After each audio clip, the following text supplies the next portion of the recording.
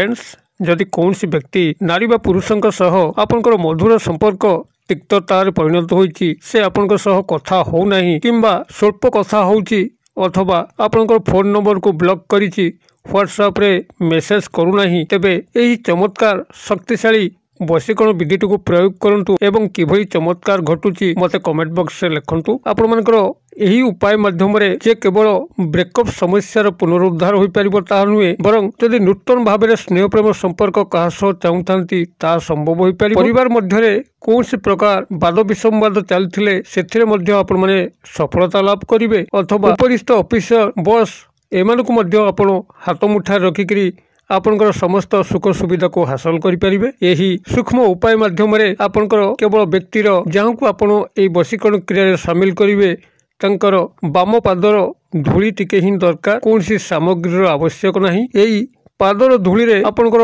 ए समस्त चमत्कार संभव हबो जेहेतु एही पाद धूली माध्यम रे तांकर शरीर समस्त एनर्जी ही निहित अछि एवं एही एनर्जी ही आपनकर विश्व ब्रह्मांड रे सर्वव्याप्त अछि। जेउ पंचतत्व रे आपनकर शरीर गठन तांकर शरीर गठन सेही पंचतत्व आधार रे ए समग्र विश्व ब्रह्मांड से जेउठ मध्य थांतु आपनकर पाखापाखि थांतु किंबा आपनकर योजन योजन दूर रे थांतु सेही शक्ति जेउ एनर्जी तांको पाखर अछि सेही एनर्जी सारा ब्रह्मांड रे व्याप्त होइकरी आपनको पर्यंत मध्य केवल सठिक प्रयोग विधि ही आवश्यक जाकि ए क्षुद्र वीडियो माध्यम रे मु आपनको शेयर करूची। ध्यान सहकारे याको सुनिकरी पालन करंतु। जदि मध्य आपण लव लाइफ रे किछि न किछि प्रॉब्लम रो सम्मुखीन होउचंती अथवा जेकोसी प्रकार पारिवारिक स्नेह संपर्क हो किंबा अन्य जेकोसी प्रकार संपर्क को नहीं जदि आपण मर्माहत अवस्था अछंती देखिवे से समस्त संपर्क पुनरुद्धार घटिबो।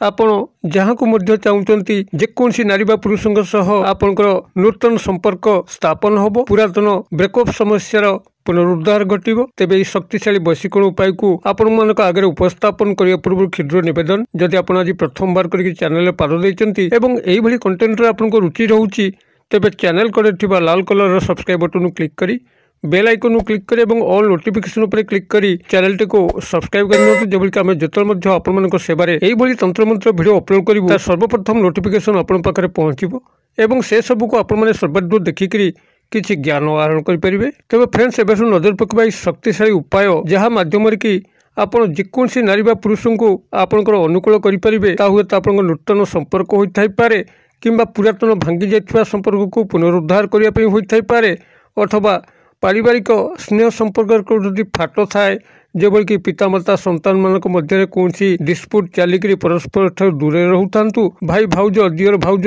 एमानक भितर कौन संपर्क व्यतिक्रम घटी था अथवा सामाजिक स्तर रे जेकोसी नारी बा पुरुषों को आपनकर अनुकूल करिवा लागि होई थाउ कौन प्रकार मध्य संपर्कर सूत्रपात एही तीव्र वशीकरण प्रयोग माध्यम हो पारिबो। तेबे एथिपाई जाटा मु आपनको वीडियो प्रारंभ रे शेयर करूथली जहादा सामग्री आवश्यक ता आपनको फ्री ऑफ कॉस्ट रे मिलिबो।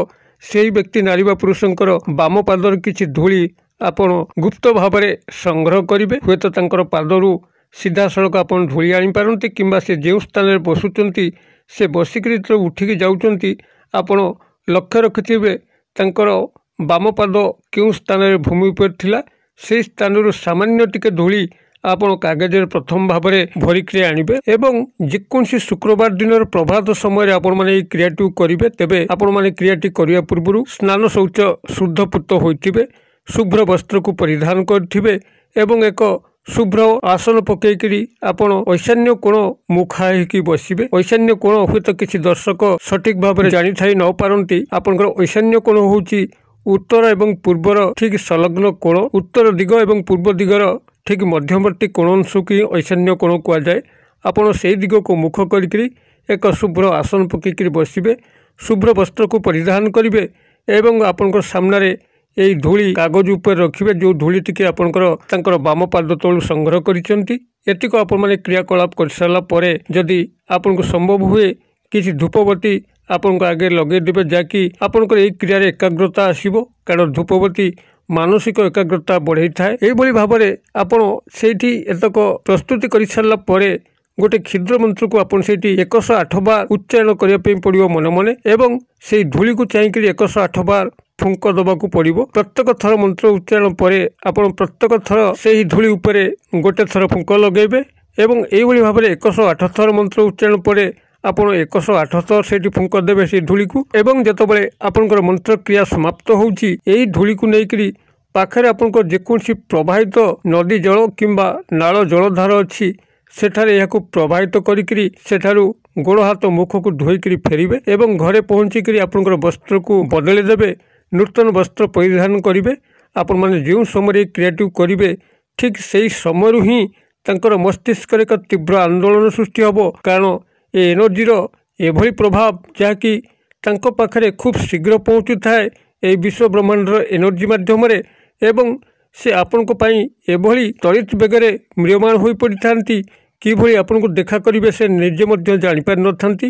ଯଦି କଲ୍ ବ୍ଲକ୍ କରିଥାନ୍ତି ସାଙ୍ଗେ ସାଙ୍ଗେ ଅନବ୍ଲକ୍ କରିକି ଆପଣଙ୍କୁ ଫୋନ୍ କଲ୍ କରିବେ କିମ୍ବା ଯଦି ଆପଣଙ୍କ ନମ୍ବର ତାଙ୍କ ପାଖରେ ନାହିଁ ସେ କୌଣସି ନା କୌଣସି ସୂତ୍ରରୁ ଆପଣଙ୍କ ନମ୍ବର ସଂଗ୍ରହ କରିକି ଆପଣଙ୍କ ସହ କଲ୍ କନେକ୍ଟ କରିବେ କିମ୍ବା ଯଦି ପାଖାପାଖି ଥାଆନ୍ତି ବ୍ୟକ୍ତିଗତ ଭାବରେ ଆସି ସାକ୍ଷାତ କରିବେ ଏବଂ ଆପଣଙ୍କର ସମସ୍ତ ଅଭୀଷ୍ଟକୁ ପୂର୍ଣ୍ଣ କରିବା ପାଇଁ ପ୍ରୟାସ କରିବେ। ଆପଣମାନେ କ୍ରିୟାଟିକୁ ସଠିକ୍ ଭାବରେ ହିଁ ବିନିଯୋଗ କରିବାର ଅଛି ଏବଂ ଯେତେବେଳେ 108 ବାର ଏହି ମନ୍ତ୍ରକୁ ଉଚ୍ଚାରଣ କରିବେ ସମ୍ପୂର୍ଣ୍ଣ ଆତ୍ମସ୍ଥ ପ୍ରକ୍ରିୟା ମାଧ୍ୟମରେ କରିବେ ଯେଭଳିକି ଆପଣ ବିଚଳିତ ନୁହନ୍ତି, ବାହ୍ୟ ଚିନ୍ତାଧାରା ଆପଣଙ୍କର ମସ୍ତିଷ୍କ ଭିତରେ ପ୍ରବେଶ କରିକି ଆପଣଙ୍କୁ ଡିଷ୍ଟର୍ବ ନ କରେ କିମ୍ବା କୌଣସି ବାହ୍ୟ ଜାଗାର ଶବ୍ଦ କୋଳାହଳ ଆପଣଙ୍କୁ ଏ କ୍ରିୟାରେ ବ୍ୟାଘାତ ନ ଜନ୍ମାଏ। ଏସବୁ ପ୍ରତି ଆପଣ ଯଦି ଦୃଷ୍ଟି ରଖିପାରିବେ ତେବେ ନିଶ୍ଚିତ ଭାବରେ ଏହି କ୍ରିୟାରେ ଆପଣ ଅଦ୍ଭୁତପୂର୍ବ ସଫଳତା ଲାଭ କରିବେ। ତେବେ ମନ୍ତ୍ରଟି ଏଇଠି ମୁଁ ଆପଣମାନଙ୍କର କଲ୍ୟାଣାର୍ଥେ ସେୟାର କରୁଛି, ଧ୍ୟାନ ସହକାରେ ଆପଣ ଶୁଣି ନିଅନ୍ତୁ।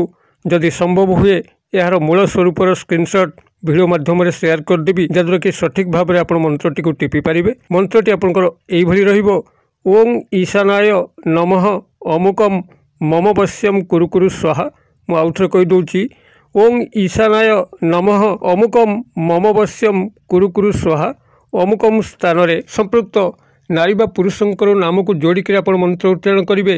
ଯେଉଁ ନାରୀ ବା ପୁରୁଷଙ୍କୁ ଆପଣ ଏହି କ୍ରିୟାରେ ସାମିଲ କରିଛନ୍ତି କେବଳ ତାଙ୍କର ଉପନାମ ବା ଡାକନାମ ହିଁ ଯଥେଷ୍ଟ ହେବ।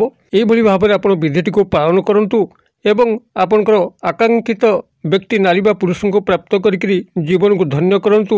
କିଭଳି ଫଳାଫଳ ଘଟୁଛି ମୋତେ କମେଣ୍ଟ ବକ୍ସରେ ସେୟାର କରିବା ପାଇଁ ଭୁଲିବେ ନାହିଁ। ଭିଡ଼ିଓ ଭଲ ଲାଗୁଥିଲେ ଲାଇକ୍ ନିଶ୍ଚିତ ଭାବରେ କରିବେ। ସାଙ୍ଗସାଥି ମହଲରେ ହ୍ୱାଟ୍ସଆପ୍, ଫେସବୁକ୍, ଇନଷ୍ଟାଗ୍ରାମ, ଟ୍ୱିଟର ମାଧ୍ୟମରେ ଆପଣ ସେମାନଙ୍କୁ ସେୟାର କରନ୍ତୁ। ସର୍ବଜନଙ୍କର କଲ୍ୟାଣ କରିକି ନିଜେ ମଧ୍ୟ କଲ୍ୟାଣର ଭାଗିଦାର ହୁଅନ୍ତୁ। ଭିଡ଼ିଓର କ୍ଷୁଦ୍ର ପରିସର ମଧ୍ୟରୁ ମୋତେ ଏଇଟା ଆଜି ବିଦାୟ ଦିଅନ୍ତୁ। ପୁଣି ଆପଣମାନଙ୍କ ସହ ଦେଖା ହେବା ଏଇଭଳି ଏକ ଶିକ୍ଷଣୀୟ ଭିଡ଼ିଓରେ। ସେ ପର୍ଯ୍ୟନ୍ତ ଦର୍ଶକ ବନ୍ଧୁ ଆପଣମାନେ ସମସ୍ତେ ମଙ୍ଗଳଙ୍କ କୃପାରୁ ଭଲରେ ଥାନ୍ତୁ। ରହୁଛି।